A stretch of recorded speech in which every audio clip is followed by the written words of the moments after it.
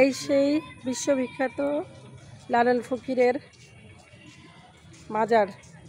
এখানে অনেক লোক শায়িত আছে। ইনি এতটাই বিখ্যাত ছিলেন, নাকি নিয়ে আসলে পিএইচডি করা হতো। আমার এই যে একটা নাম দেখে আমি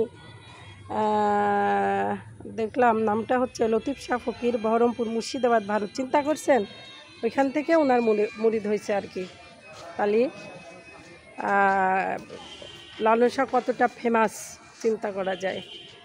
এই যে একাডেমি ভবন ওনার, এই যে লালন শাহ ফকিরের একাডেমি ভবন। এই যে অনেক দর্শনার্থী আসছে দেখার জন্য, সবাই দেখছে,